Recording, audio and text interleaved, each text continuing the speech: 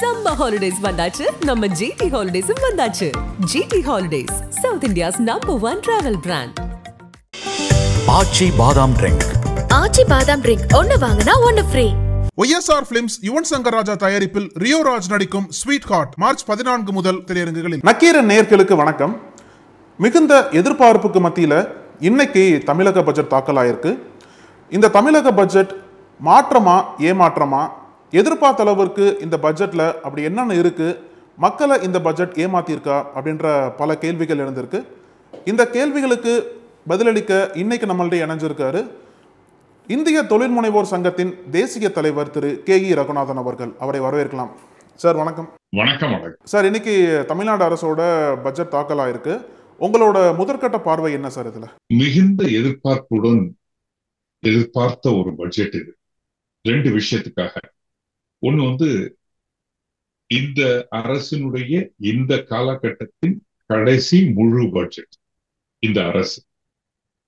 இரண்டாவது, இன்றைக்கு இருக்கக்கூடிய ஒரு பொருளாதார மந்த நிலை, தேக்க நிலை, அசாதாரணமான ஒரு சூழ்நிலை நிலவிக் கொண்டிருப்பதை பார்க்கிறோம். எக்ஸ்போர்ட் நிறுவனங்கள் எப்படி அடுத்த கட்டத்தை நோக்கி நகர்வது என்பது தெரியவில்லை. யுஎஸ்னுடைய டாரிஃப் வருமா, டாலர் எக்ஸ்சேஞ்ச் ரேட் எங்க போய் நிக்க போகுது, என்னென்ன பொருளாதார தடைகள் வரப்போகுது, இதெல்லாம் தெரியவில்லை. உள்ளூர் சந்தை சுருங்கி கொண்டிருப்பதை பார்க்கிறோம். விலை ஏற்றத்தினால், மக்களின் இயலாமையினால் உள்ளூர் சந்தையும் சுருங்கி கொண்டிருப்பதை பார்க்கிறோம். சிறு குறு தொழில்கள் நலிந்து கொண்டிருப்பதை பார்க்கிறோம். பெரும் தொழில்கள் நிதானத்தை கடைபிடிப்பதை பார்க்கிறோம். Capital investment by the big corporates குறைந்து விட்டதாக பார்க்கிறோம். பங்கு சந்தை வீழ்ந்து விட்டதை பார்க்கிறோம். வெளிநாட்டு முதலீடுகள் வெளியேறுவதை. இந்த காலகட்டத்திலே நேற்று வந்த பொருளாதார அறிக்கை என்ன சொல்லுது? தமிழகத்தை பொறுத்தவரை $1 trillion கனவு 2030 சாத்தியமாக வேண்டும் என்றால் இன்னும் நாம் 12% வளர்ச்சியில் செல்ல வேண்டும். இப்பொழுது இருப்பது 8% வளர்ச்சி. அது சாத்தியக்கூறிய வரணும் என்றால் இந்த காலகட்டத்திலே அரசினுடைய அறிவிப்புகள் அந்த நம்பிக்கைக்கு உயிர் கொடுப்பதாக இருக்க வேண்டும். இன்றைய பட்ஜெட்டை பொறுத்தவரை மிக அதிகமான அறிவிப்புகள் வெளியிடப்பட்டன. நான் பார்வை தொழில்துறை, சிறு குறு தொழில், புத்தொழில், இந்த மூன்றை நோக்கி மட்டும்தான் நான் பார்க்கிறேன். சில அறிவிப்புகள் அதிக நேரம் காலம் எடுத்துக் கொள்ளக்கூடிய அறிவிப்புகள். அதாவது இப்போ ஒரு மெட்ரோ திட்டம் என்றால் அடுத்து ஒரு 5 ஆண்டு திட்டம். ஒரு ஏர்போர்ட் அல்லது மெட்ரோ அல்லது ஒரு ரோட் காரிடார் அல்லது ஒரு தனி industrial city, knowledge city, Tidel park, தொழில்பேட்டை, இத மாதிரி இருக்கிறது எல்லாமே 3 to 5 ஆண்டுகள் ஆகக்கூடிய திட்டங்கள். இந்த அரசு இந்த பட்ஜெட்டை முடித்ததுக்கு அப்புறம் 12 மாதங்கள் இயங்கியதற்கு அப்புறம் கோட் ஆஃப் கான்டக்ட் வந்தது.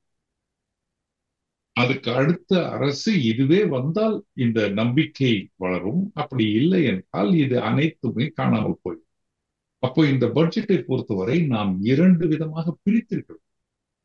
அடுத்த ஓராண்டிலே நான் செய்யக்கூடியது என்ன, எனக்கு மறுபடியும் வாய்ப்பு கிடைத்தால் நான் செய்ய இருப்பது என்ன அப்படின்னு 2 விதமாக பிரித்து கொண்டிருந்தால் ஒரு நம்பிக்கையை இது வளர்த்திருக்கும். ஒன்றிய அரசு செய்ய விட்டதை இவர்கள் செய்திருக்க வேண்டும், செய்ய மறந்ததை இவர்கள் செய்திருக்க வேண்டும். அவர்களது செய்கையினால் பாதிப்பு ஏற்பட்டவர்களுக்கு இவர்கள் கண் துடைத்து விட்டிருக்க வேண்டும். அதை எதுவுமே செய்யாத ஒரு பட்ஜெட். 3 அறிவிப்புகளை பார்க்கிறேன். ஒண்ணு 10 லட்சம் MSMEக்கு 2.5 லட்சம் கோடி கடன் உதவியை கொண்டு வருவோம் என்று. தெளிவு ரொம்ப இல்லவே இல்லை. அப்போ ஒரு யூனிட்டுக்கு 25 லட்சம் கடன். இவர்கள் கடன் உத்தரவாதம் கொடுக்க போகிறார்களா, கடனையே கொடுக்க போகிறார்களா, யாருக்கு கொடுக்க போகிறார்கள், எப்படி கொடுக்க போகிறார்கள், எதற்கு கொடுக்க போகிறார்கள், எவ்வளவு நாட்களில் கொடுக்க போகிறார்கள், இவ்வளவு கேள்விக்குறி. சார் இதில் நீங்கள் சொன்னது போல் ஒரு கேள்வி சார் எனக்கு. அதாவது இந்த வளர்ச்சிக்கான இலக்கில் இன்னும் அதிகமாக நம்ம வந்து போக வேண்டிய தூரம் அதிகமாக இருக்குன்னு சொன்னீங்க.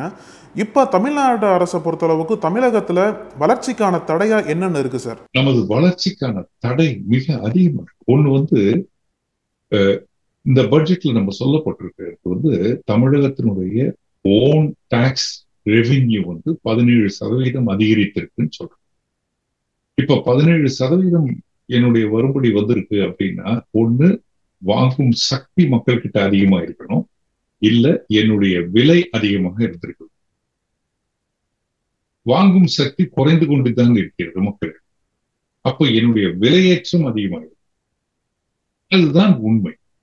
அது ரிஜிஸ்ட்ரேஷன் டாக்ஸா இருக்கட்டும், அல்லது சொத்து வரியா இருக்கட்டும், வாட்டர் டாக்ஸா இருக்கட்டும், எந்த ஒரு டாக்ஸ் ரெவென்யூவா இருந்தாலும் விலையேற்றம் கடந்த 2-3 ஆண்டுகளிலே அதிகமாக இருப்பதை பார்க்கிறோம். அப்போ மொத்தம் அந்த 17% மக்கள் தலையில் தானே விழுந்திருக்கிறது. கடன் அதிகமாக இருப்பதை பார்க்கிறோம். தமிழகம்தான் இந்தியாவிலே அதிகமான கடன் வாங்கியுள்ள மாநிலம். அப்போ நம்ம பார்க்கும்போது இத்தனை அறிவிப்புகள் சாத்தியம் இருக்கான்றத நான் முதல்ல ஆராயிறேன். 4000 மெகாவாட்ல பேட்டரி பேஸ்டு பவர் ஜெனரேஷன் சோலார்ல போடுவோன்றது வந்து அந்த திட்டம் இன்னும் எந்த இடத்துல நடைமுறைக்கு வந்திருக்குன்னு பார்க்கணும். அது ஒரு சக்சஸ்ஃபுல் டெக்னாலஜியான்னு பார்க்கணும். யார்கிட்ட இருக்கு அந்த டெக்னாலஜின்னு பார்க்கணும். அப்போ முதல் முறையாக நம்ம பண்ண போறோம் அப்படின்னா 4000 மெகாவாட்டுக்கு யாரும் பண்ண மாட்டாங்க, 4 கிகாவாட். அப்போ இதை பற்றிய ஒரு சாத்தியக்கூறுகளை ஆராயாமல் இவ்வளவு பெரிய ப்ராஜெக்ட் வருவதற்கே வாய்ப்பு. இத மாதிரி நான் பாக்குறது வந்து இப்ப செமி ஃபேபுக்காக 100 ஏக்கர் நிலம் ஒதுக்கிறோம் பல்லடத்துலயும் சூலூர்லயும் அப்படின்னாக்க, செமி ஃபேப் இண்டஸ்ட்ரின்றது 1 லட்சம் கோடி முதலீட்டுல வரக்கூடிய ஒரு யார் வரப்போறாங்க அப்படின்னு தெரியலையே. லேண்டை மட்டும் ஒதுக்கினால் வேலை வாய்ப்புகள் கூடி விடுமா? இருக்கிற தொழில்களே இயங்க முடியாமல் 30%, 40% இயங்கிக் கொண்டிருக்கும் பொழுது புதுசா தொழிற்பேட்டைகளை மட்டுமே தொடங்கி கொண்டிருப்பதிலே அர்த்தம் இல்லை. இது வேலை வாய்ப்புகளை உருவாக்காது. இன்றைக்கு புது டெக்னாலஜிஸ் வந்துகிட்டு இருக்கு. தொழில் முனைவோர்களுக்கே ஸ்கில்லிங் தேவைப்படுது. தொழில் நடத்துறவங்களுக்கே டெக்னாலஜி அப்டேட் தேவைப்படுது. தொழிற்சாலையில் மாற்றம் தேவைப்படுது. புது மெஷினரி தேவைப்படுது. மாடர்னைசேஷன் தேவைப்படுது. R&D தேவைப்படுது. புது மார்க்கெட்டை உருவாக்க வேண்டிய கட்டாயத்துல இருக்காங்க. அப்போ இதற்கெல்லாம் இந்த பட்ஜெட்ல ஏதாவது தீர்வு வருதான்னு பாக்குறோம். இதெல்லாம் கேட்கப்பட்டது.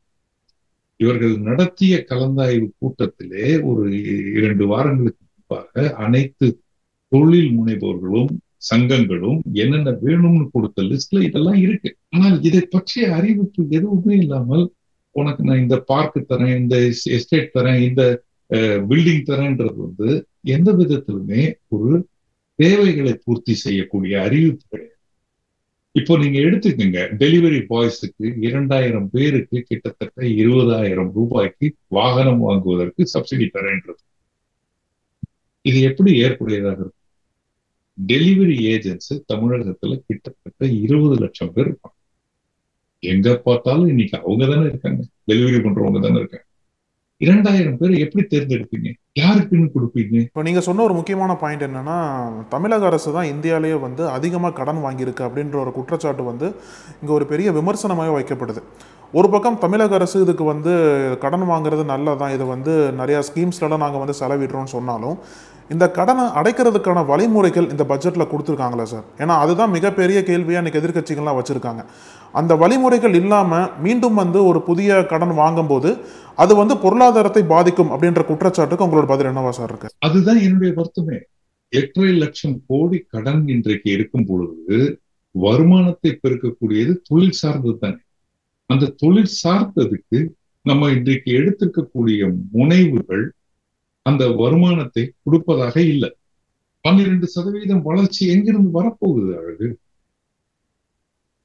ஒரு தரவு என்ன சொல்லுது? சென்ட்ரல் கவர்மெண்ட் தரவு, இத்தனை தரவுகளை பத்தி பேசுறோம்ல. 9,000 நிறுவனங்கள் மூடிவிட்டதாக தகவல் சொல்லுது இல்ல. எம்எஸ்எம்இ. அப்போ ஏன் மூடினாங்கன்னு கேள்விக்குறி வருது இல்ல. 7,000 புத்தொழில்களை துவங்கணும்னா 9,000 மூடினவங்களையும் பார்க்க வேண்டியிருக்குல்ல. அப்போ மின் கட்டண உயர்வை பத்தி எல்லாரும் அழுதாங்க. அதை பற்றி எதுவும் கிடையாது. என்ன தேவையோ அது கவனிக்கல, என்ன தேவையில்லையோ அதை அனௌன்ஸ் பண்றோம். 20 லட்சம் குழந்தைகளுக்கு ஐபேடோ அல்லது கம்ப்யூட்டரோ அடுத்த 2 ஆண்டுகளிலே கொடுப்போம் என்றால் சாத்தியமான்றது கேள்விக்குறி வருது இல்ல. 10,000 சுய குழுக்களுக்கு 37,000 கோடி கடன் வழங்கப்படும் என்றால் அவர்களுக்கு எதற்காக கடன் வழங்குகிறோம், அவர்கள் எப்படி திருப்பி செலுத்துவார்கள் கேள்விக்குறி வருதா இல்லையா? கடன் வழங்குவது செலவினம் அல்ல, கடன் திருப்பி வரக்கூடியது அல்லது இன்னொருத்தர் சொல்லி கொடுக்க சொல்றது, பேங்க சொல்லி. அப்போ பட்ஜெட்ல டெட் அப்படின்றது வேற சப்ஜெக்ட், எக்ஸ்பெண்டிச்சர் இஸ் டிஃபரெண்ட். இதெல்லாம் தான் எங்களுக்கு வருத்தத்தை கொடுக்கக்கூடியது. இன்றைக்கு என்ன தேவை அப்படின்னு பார்த்தோம்னா, தொழில் முனைவோர்கள் நலமாக்குவதற்கு, வளமாக்குவதற்கு, லாபம் சம்பாதிப்பதற்கு உண்டான மனநிலையும் நம்பிக்கையும் கொடுத்திருக்க வேண்டும். இந்த பட்ஜெட் அதை கொடுக்க தவறிவிட்டது. எத்தனையோ நல்ல காரியங்கள் பண்ணிக்கிட்டு இருக்கு, வெளிநாட்டு முதலீடுகளை அதிக அளவுல ஈர்த்து. பட் இன்றைய காலகட்டத்துல அந்த முதலீடுகள் வருமானன்றதே கேள்விக்குறிதானே. ஏன்னா வேர்ல்டு இஸ் கிரஷிங். இப்ப நான் உங்ககிட்ட பேசிக்கிட்டு இருக்கும் பொழுது இந்த பாரிஸினுடைய விஷயம்னால அனைத்து உலகமே ஸ்தம்பித்து கொண்டிருக்கக்கூடிய ஒரு காலம். கனடாவுக்கும் அமெரிக்காவுக்கும் பெரிய இது நடந்துகிட்டு இருக்கு, வர்த்தக போர். அமெரிக்காவுக்கும் சைனாவுக்கும் நடந்துட்டு இருக்கு, அமெரிக்காவுக்கும் யூரோப்பியன் யூனியனுக்கும் நீ டாக்ஸ் போட்டாங்க, நான் டாக்ஸ் போடுறேன். எப்படி போயிட்டு இருக்கு? ஒரு ஸ்திரமான நிலை இல்லாத ஒரு சூழ்நிலை, அசாதாரணமான ஒரு சூழ்நிலை. அப்போ நம்மளுடைய பட்ஜெட் இவ்வளவு படித்திருக்க வேண்டிய அவசியமே இல்லை. நம்ம ரொம்ப சிம்பிளா போயிருக்கலாம். கன்வென்ஷனல் எக்ஸ்பெண்டிச்சர் இருந்துகிட்டே தான் இருக்க போகுது. ஒரு ரோடு போடுற துறையில ரோடு போட்டுக்கிட்டே தான் இருக்க போறாங்க. தண்ணீர், குடிநீர் வழங்கும் துறை, குடிநீருக்கு உண்டான திட்டங்களை வகுத்துக்கிட்டே தான் இருக்க போகுது. நம்ம சொல்ல வேண்டியது என்னன்னா, போன வருடம் நான் கொடுத்தது இந்த துறைக்கு 15,000 கோடி, இந்த முறை 17,000 கோடி கொடுக்குறேன். அதுல புதிதாக கொடுக்கக்கூடிய திட்டங்கள் இவை இந்த மாநிலத்திற்கு கொடுக்கிறோம், மாவட்டத்திற்கு கொடுக்கிறோம். இதோட நிறுத்திக்க வேண்டியது தானே. நம்ம ஸ்கூல் கட்டுறதுல இருந்து, வகுப்பறை கட்டுறதுல இருந்து, கிளாஸுக்கு இன்ஃப்ராஸ்ட்ரக்சர் கிரியேட் பண்றதுல இருந்து, ஸ்மார்ட் கிளாஸ் ஆக்குறதுல இருந்து இவ்வளவு அனௌன்ஸ்மெண்ட், இவ்வளவு டீடைலிங் தேவை. இதுல இன்னொரு முக்கியமான கேள்வி என்னன்னா சார், இப்போ தமிழ்நாடு அரசு என்ன சொல்றாங்க அப்படின்னா, இந்தியாலேயே இந்தியன் ஆவரேஜை கம்பேர் பண்ணும்போது தமிழ்நாட்டில் தனிநபர் வருமானம், அந்த பெர் கேபிட்டா இன்கம் அதிகமாக இருக்கு அப்படின்ற ஒரு வாதத்தை முன்வைக்கிறாங்க. பெர் கேபிட்டா இன்கம் அதிகமாகும் போது நம்மளுக்கு ஒரு பெரிய அட்வான்டேஜை தானே சார் பார்க்கணும். ஒரு சேயிங் இருக்கு, to become successful is difficult, to retain success is very difficult. வாழ்க்கையில் வெற்றியை அடைவதற்கு உழைக்க வேண்டும், அந்த வெற்றியை தக்க வைப்பதற்கு அதிகம் உழைக்க வேண்டும். இயற்கையாகவே தமிழகத்திலே தொழிற்சாலைகள் அதிகம் இருந்ததுனால, படித்தவர்கள் அதிகமாக இருந்தது, வாய்ப்புகள் அதிகமாக இருந்தது, நம்மளுடைய பர் கேபிட்டா ஜிடிபி அதிகமாயிருக்கு, மக்கள் தொகை கட்டுக்குள்ள இருந்திருக்கு. இதனால பர் கேபிட்டான்றது மொத்த GDP divided by the population. Population கம்மியாக இருந்ததுனால இதனுடைய விகிதாச்சாரம் அதிகமாயிருக்கு. இது குறைஞ்சதுன்னா, வருமானம் குறைந்து விட்டால் இந்த பாப்புலேஷன் குறைந்த போது கூட இது மாறிவிடும். சோ நான் என்ன சொல்ல வரேன்னா, ஒரு பாயிண்ட்ஸ் எல்லாம் நமக்கு சாதகமாக இருக்கிறதுனால அது எப்பவுமே சாதகமாக இருக்கும் என்ற நம்பிக்கை நமக்கு இருக்கக்கூடாது. அது கண்டினியூஸா நம்ம இவால்வ் பண்ணிட்டே இருக்கணும். இன்னைக்கு 1.4 டைம்ஸ் ஆவரேஜ் ஜாஸ்தியா இருக்குன்னா அதை 1.8 ஆக்குனா என்ன, இப்போ 2 ஆக்குனா என்ன, இப்போ நேஷனல் ஆவரேஜ்ல இருந்து 3 ஆக்குனா என்ன, குறைஞ்சிடாம பார்த்துக்கணும். கொஸ்டின் பேப்பர் டஃபா இருந்தா பையன்கிட்ட நம்ம என்ன எதிர்பார்ப்போம், அப்பா பாஸ் மார்க்காவது வாங்கிட்டு பார்ப்போம்னு சொல்லி எதிர்பார்ப்போம். இன்றைக்கு கொஸ்டின் பேப்பர் டஃப், அப்ப நான் 100 வாங்குறத பத்தி யோசிக்க மாட்டேன், பாஸ் ஆவது பண்ணிடணும். இதுதான் நான் சொல்லுவேன் சார். நீங்க இந்திய தொழில் முனைவர் சங்கத்தோட தேசிய தலைவராக இருக்கீங்க. ஒரு தொழில் முனைவராக உங்களோட பார்வையில இந்த பட்ஜெட்ல நீங்க எதிர்பார்த்தது என்ன, உங்களோட எதிர்பார்ப்புக்கு ஏற்ற மாதிரி இதுல டெலிவர் பண்ணிருக்காங்களா சார்? நான் எதிர்பார்த்தது என்ன அப்படின்னு கேட்டீங்கன்னாக்க, நிறைய விஷயங்கள்ல, அதாவது இப்போ தேக்க நிலை மந்த நிலையிலிருந்து பிசினஸ் டெவலப்மெண்ட்டுக்கு நான் என்ன சப்போர்ட் கொடுத்திருப்பேன்னு சொல்லியிருக்கலாம். ஒரு MSME ரீஹாபிலிட்டேஷன் ஸ்கீம் கொண்டு வந்திருக்கலாம். ஷார்ட் டேர்ம் மெஷர்ஸா சொல்றோம். டெக்னாலஜி மாறுவதற்கு உண்டான வாய்ப்புகளை கொடுத்திருக்கலாம். ஒன் டைம் செட்டில்மெண்ட் ஸ்கீமை கொண்டு வந்து கொடுத்திருக்கலாம். இன்டர்ன்ஷிப் ஆப்பர்ச்சுனிட்டிஸை கொண்டு வந்து கொடுத்திருக்கலாம். மூலப்பொருட்களின் விலை ஒரே மாதிரி இருப்பதற்கு உண்டான வாய்ப்புகளை கொடுத்திருக்கலாம். ஃபார் எக்ஸாம்பிள் சொல்றேனே, இன்றைக்கு ஒரு அனௌன்ஸ்மெண்ட், தமிழகத்திலே ஏற்றுமதி இவ்வளவு ரூபாய் இருக்கிறது வருடம். சப்போஸ் இந்த டாரிஃபினால் உங்களது பிசினஸ் பாதிக்கப்பட்டால் அந்த டாரிஃப் எவ்வளவு இன்க்ரீஸ் இருக்கோ அதை நான் உங்களுக்கு சப்சிடியா தரேன், கவலைப்படாதீங்க, 6 மாசத்துக்கு தரேன். அல்லது அந்த 6 மாதத்திற்கு நீங்க தொழில் செய்யும் போது எனக்கு நீங்க சொத்து வரியை கட்ட வேண்டாம், அல்லது இதுல இருந்து ரிலாக்ஸ் தரேன், ஏதாவது ஒண்ணு சொல்லிட்டு போங்க. அது 100 கோடி 200 கோடி 1000 கோடியா இருக்கலாம். உங்களுக்கு எப்படி இருந்தாலும் அலோகேஷனை நம்ம எதுக்கு அலோகேட் பண்றோம், புது பில்டிங் கட்டுறதுக்கு போல நான் இது கொடுத்துட்டு போறேன். இத மாதிரியான அறிவிப்புகள் டெக்னாலஜி அப்கிரேடேஷனுக்கு வந்திருக்கணும், வரல. இத மாதிரியான அறிவிப்புகள் வந்திருந்தால் நிச்சயமாக நலனை கொடுத்திருக்கும். இது வராததினால் குறுகிய கால எந்த விதமான நிவாரணமும் சிறு குறு தொழில்களுக்கோ புத்தொழில்களுக்கோ அல்லது கார்ப்பரேட் நிறுவனங்களுக்கோ இல்லாத காரணத்தினால் அடுத்த வருடம் இந்த 8% வளர்ச்சி இல்லாமல் போய்விடுமோ என்ற ஒரு பயத்தினால், அச்சத்தினால் இந்த பட்ஜெட்டில் எனக்கு திருப்தியாக இல்லை. சார், இந்த அச்சம் உங்களுக்கு நீங்க இருக்கிறதா சொல்றீங்க இல்லையா, இந்த அச்சம் தமிழ்நாடு அரசு உணராம இருந்திருப்பாங்கன்னு நினைக்கிறீங்களா? ஏன்னா எதுல இந்த பட்ஜெட்ல தமிழக அரசு தப்பு பண்ணிருக்கிறதா நினைக்கிறீங்க சார்? அவங்களுடைய கமிட்மெண்ட்ஸ் ரொம்ப ஜாஸ்தியா இருக்கு. ஸோ பேலன்சிங் ஆக்ட் தான் லைஃப்ல. நூல் மேல நடந்திருக்கிறாங்க, கயிறு மேல நடக்கல, நூல் மேல நடந்திருக்காங்க. மக்களுடைய எதிர்பார்ப்பையும் பூர்த்தி செய்யணும், அதே நேரத்துல ஆட்சியில் மறுபடியும் வருவதற்கு உண்டான வாய்ப்புகளையும் ஏற்படுத்திக் கொள்ளும். இது பேலன்சிங் ஆக்ட் பண்ணும் பொழுது அவர்கள் செய்தது சரி, எனது பார்வையில் அது சரியில்லை, அவ்வளவுதான். சார், இதுல வேலை வாய்ப்பு அப்படின்ற ஒரு முக்கியமான பாயிண்ட பேசும்போது, இந்த எம்ப்ளாய்மெண்ட்ல சிப்காட் மூலியமா கிட்டத்தட்ட 17,000க்கும் அதிகமான எம்ப்ளாய்மெண்ட்டை நாங்கள் உருவாக்கி கொடுக்க போறோம்னு சொல்றாங்க. வேலை வாய்ப்பு பொறுத்தளவுல தமிழ்நாட்டில் அன்எம்ப்ளாய்மெண்ட் கொஞ்சம் கம்மியாக தான் இருக்கு. ஆனா இருந்தாலுமே இந்த ஒரு டேட்டா வச்சுட்டு இந்த ஒரு வேலை வாய்ப்பு நம்பர்ஸ் என்பது போதுமானதா இருக்குமா சார்? கவர்மெண்ட் சைட்ல இருந்து இந்த மாதிரி 17,000 தான் கொடுக்க முடியும்னு சொல்றது அதிகமா பாக்குறீங்களா இல்ல ரொம்ப கம்மின்னு பாக்குறீங்களா உங்க சைட்ல? வெறும் சிப்காட் மூலியமாக வேலை வாய்ப்புகள் உருவாக்கப்படாது. SIPCOT creates industrial sheds. அந்த இண்டஸ்ட்ரியல் ஷெட்ல இண்டஸ்ட்ரீஸ் வரணும், அந்த இண்டஸ்ட்ரீஸ் வேலை வாய்ப்பை உருவாக்கணும், அந்த வேலை வாய்ப்புக்கு ஏற்ற திறன் சேர்றவங்க கிட்ட இருக்கணும். இவ்வளவு இருக்கு அதுல. சப்போஸ் நாளைக்கு அந்த சிப்காட்னுடைய இண்டஸ்ட்ரியில ஒரு ட்ரோன் மேனுஃபேக்சரர் வராருன்னு வச்சுக்கோங்க, அல்லது ரொபாட்டிக் மேனுஃபேக்சரர் வராருன்னு வச்சுக்கோங்க, அதை பற்றிய புரிதல் இல்லாத திறன் இருந்ததுன்னா இங்க இருக்கிறவங்களுக்கு எப்படி வேலை கிடைக்கும்?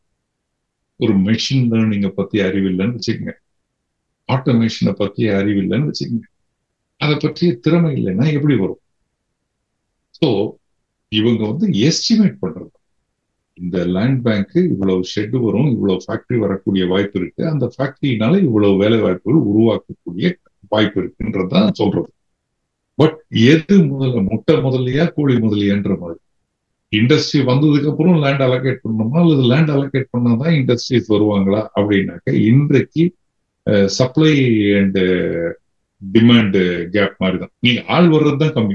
முதல்ல நம்ம ஆளை பிடிச்சதுக்கு அப்புறம் லேண்ட் நிறைய இருக்கு, நம்ம கிட்ட எங்கேயும் ஓடிடாது, லேண்ட் நம்ம கிட்ட தானே இருக்கு, ஆளு தானே ஓடுறோம் வர்றதுக்கு. ஸோ ஆளை பிடிக்கணும், மார்க்கெட்டிங்கை பிடிச்சிட்டோம்னா, மார்க்கெட்டை பிடிச்சிட்டோம்னா மீதி எல்லாம் தானா வந்துடும். சார், ஒரு பொருளாதார நிபுணரா உங்களோட கோரிக்கை தமிழ்நாடு அரசுக்கு என்னவா சார் இருக்கும்? முதல்ல இதை பண்ணணும் அப்படின்ட்டு நீங்க எதை சொல்வீங்க தமிழ்நாடு அரசு? முதல்ல என்னுடைய பார்வையில ஒரு 8% to 10% கொண்டு போறதுக்கு உண்டான வாய்ப்புகள் என்னென்ன இண்டஸ்ட்ரீஸ். அடுத்த வருஷம் நான் 10%க்கு நான் என்னுடைய ஜிடிபி இருக்கணும்னா நான் என்ன பண்ணணும்? எந்த நிறுவனங்கள் அதை எனக்கு கொடுக்கக்கூடிய வாய்ப்பு இருக்கு? எந்த மெட்டீரியல்ஸ் அல்லது எந்த செக்டர் எனக்கு கொடுக்கக்கூடிய வாய்ப்பு இருக்கு? அந்த செக்டர்ல என்ன பிரச்சனை இருக்கு? அந்த செக்டருடைய பிரச்சனையை நான் எப்படி தீர்வு கொடுப்பேன்? அதுக்கு நான் என்ன சப்சிடி தரேன் அல்லது நான் என்ன பண்ணணும்? இதுதான் என்னுடைய கவலையா இருக்கு. எல்லாத்தையும் போட்டு உழைப்பிக்க மாட்டேன், இந்த செக்டரை மட்டும் எடுத்து இப்போ ஃபார் எக்ஸாம்பிள் டெக்ஸ்டைல் செக்டர் எனக்கு இவ்வளவு கொடுக்குது, அது எனக்கு ஒரு 2% ஜாஸ்தி கொடுக்கணும்னா நான் என்ன பண்ணணும், அதனுடைய பிரச்சனைகள் என்ன, உடனே டாஸ்க் போர்ஸை போட்டு நான் உடனே ஒரு டீடைல்ஸை கலெக்ட் பண்ணி அந்த பிரச்சனைக்கு தீர்வு மட்டும் நான் பட்ஜெட்ல கொடுக்குறேன். அதனால ஏற்படக்கூடிய ஒரு 1,00,000 பேர் வேலை வாய்ப்புகள் இருக்காங்க அதுல அப்படின்னாக்க, ஏற்கனவே இருக்கிறவங்க வேலையை விட்டுறக்கூடாது, புது வேலை வாய்ப்புகளை கிரியேட் பண்ற மாதிரி இருக்கிறவங்க வேலையை விடாம பாத்துக்கிறது என்னுடைய பொறுப்பு. இதுதான் சார். இதில் வந்து ஆரம்பத்திலே சொன்னீங்க நீங்க, இது வந்து இந்த அரசாங்கத்தோட கடைசி முழு பட்ஜெட் அப்படின்ட்டு. ஒரு 4 ஆண்டுகளாக அவங்க ஆட்சியில் இருக்காங்க. உங்களோட பார்வையில் இந்த 4 ஆண்டு ஆட்சி காலத்தில் இவங்க பொருளாதார ரீதியாக எப்படி செயல்பட்டு இருக்காங்க, இன்னும் எந்த அளவுக்கு செயல்படணும்னு நினைக்கிறீங்க சார்? எல்லாத்துலேயுமே கரெக்டாக வந்து பண்ணிட்டு இருக்காங்கன்னு நினைக்கிறீங்களா, இல்லை வந்து எங்கெங்கெல்லாம் அவங்க வந்து திருத்த வேண்டிய தேவை இருக்குன்னு நினைக்கிறீங்க? நல்லாவே பண்ணியிருக்காங்க. கடந்த 4 ஆண்டுகளாக நல்லாவே பண்ணியிருக்காங்க. எஸ்பெஷலி வேரியஸ் டிபார்ட்மெண்ட்ஸ் நல்லாவே இயங்கி இருக்குன்றதுதான் என்னுடைய கருத்து. பட் இந்த மத்திய அரசு மாநில அரசினுடைய எதிர்ப்பு போக்க கொஞ்சம் குறைச்சிக்கணும். எதற்கெடுத்தாலும் சண்டை அல்லது மாற்று கருத்து அல்லது போராட வேண்டிய ஒரு நிலைமை மாறணும். அது இருவருக்குமே சேரும். ஹஸ்பண்ட் அண்ட் ஒய்ஃப்குள்ள டைவர்ஸ் ஆச்சுன்னா குழந்தைகள் தான் பாதிக்கும். கருத்து வேறுபாடு வரக்கூடாது, ஒருமித்த கருத்து இருக்க வேண்டும். அப்போ குடும்பம் நல்லா இருக்கும். அப்ப தமிழனாக நாம் நல்லா இருந்தால் இந்தியனாக நம்ம வளரும். சார், இறுதியா ஒரு கேள்வி. இந்த பட்ஜெட்ல உங்களை கவர்ந்த திட்டம் என்ன? அப்புறம் இந்த பட்ஜெட்டுக்கு உங்களோட மதிப்பு என்னவா சார் இருக்கும்? அவுட் ஆஃப் 10 நீங்க எவ்வளவு கொடுப்பீங்க? என்னுடைய பார்வை ஒரு சப்ஜெக்ட் அப்படின்றதுனால முழுமையான பட்ஜெட்டுக்கு மதிப்பு கொடுக்க முடியாது, புரியுதா நான் சொல்றது? ஆனால் சிறப்பான திட்டம் எது அப்படின்னா, மகளிருக்காக இந்த அரசு செய்யக்கூடிய அனைத்து திட்டங்களுமே சிறப்பான திட்டங்கள். குழந்தைகளின் கல்விக்காக இந்த அரசு செய்யக்கூடிய அனைத்து திட்டங்களுமே சிறப்பான திட்டங்கள். 3ஆம் பாலினத்தவருக்காக, இவர்கள் நலனுக்காக இவர்கள் எடுத்துக்கொண்டிருக்கிற முயற்சிகள் இந்த பட்ஜெட்டிலும் உண்டு, சிறப்பான திட்டங்கள். நலிந்த மக்களினுடைய வாழ்வாதாரத்தை ஏற்றம் காண வைப்பதற்கு இவர்கள் செய்யும் செயல்கள் அனைத்துமே சிறப்பான, அது பாராட்டத்தக்க கூடியது. இந்திய அளவுல இதை மற்றவர்கள் பின்பற்றக்கூடிய ஒரு திட்டங்களாகத்தான் நம்ம பார்க்கிறோம். உங்க மதிப்பெண் எவ்வளவு கொடுப்பீங்க சார்? தொழில் சார்ந்த மதிப்பெண் அப்படின்னு பாத்தீங்கன்னா ஒரு 5-6 தான் கொடுக்க முடியும் 10க்கு. ஏன்னா இன்ஃப்ராஸ்ட்ரக்சர்ல நிறைய பில்டப் பண்றோம், அது தேவை இந்த நாட்டு, இந்த தமிழகத்துக்கு அது தேவை. அதுதான் எல்லாரையும் அட்ராக்ட். துணை நகரங்களை நிறைய கிரியேட் பண்ணும், சேட்டலைட் டவுன்ஸ் சொல்லுவோம். கிஃப்ட் சிட்டின்னு குஜராத்ல கிரியேட் பண்ணாங்க, சக்சஸ்ஃபுல் மாடல். அதெல்லாம் அந்த மாதிரி குளோபல் சிட்டி இங்க சென்னைக்கு பக்கத்துல கிரியேட் பண்றது இது சக்சஸ்ஃபுல் மாடல். குர்காம் அந்த மாதிரி டெல்லிக்கு பக்கத்துல, இதெல்லாம் வந்து சக்சஸ்ஃபுல் மாடல்ஸ். இதுல ரிஸ்க் ஃபேக்டரே கிடையாது. இது எல்லாமே I'm fine with all this. நான் ஒரு 6 கொடுப்பேன், 6 அவுட் ஆஃப் 10 கொடுப்பேன். 10 எக்ஸலன்ட்னு எடுத்துக்கிட்டேன். சார், உங்களோட கருத்துகளுக்கும் நேரத்துக்கும் ரொம்ப நன்றி சார். வணக்கம். தேங்க்யூ. நக்கீரன் டிவிக்கு சப்ஸ்கிரைப் செய்யுங்கள். உங்கள் ஆதரவே எங்கள் பலம். ஆசிரியர்களுக்கு நண்பனாகவும் மாணவர்களுக்கு ஆசானாகவும் திகழும் தேர்வு வழிகாட்டி. ஒவ்வொரு பாடத்திற்கும் அனுபவமிக்க ஆசிரியர்களின் துல்லியமான தெளிவான விடைகள். CNC இருக்கு, தேர்வு பயம் எதற்கு? இது தீரன் பப்ளிஷிங் ஹவுஸ் விற்பனை வெளியீடு.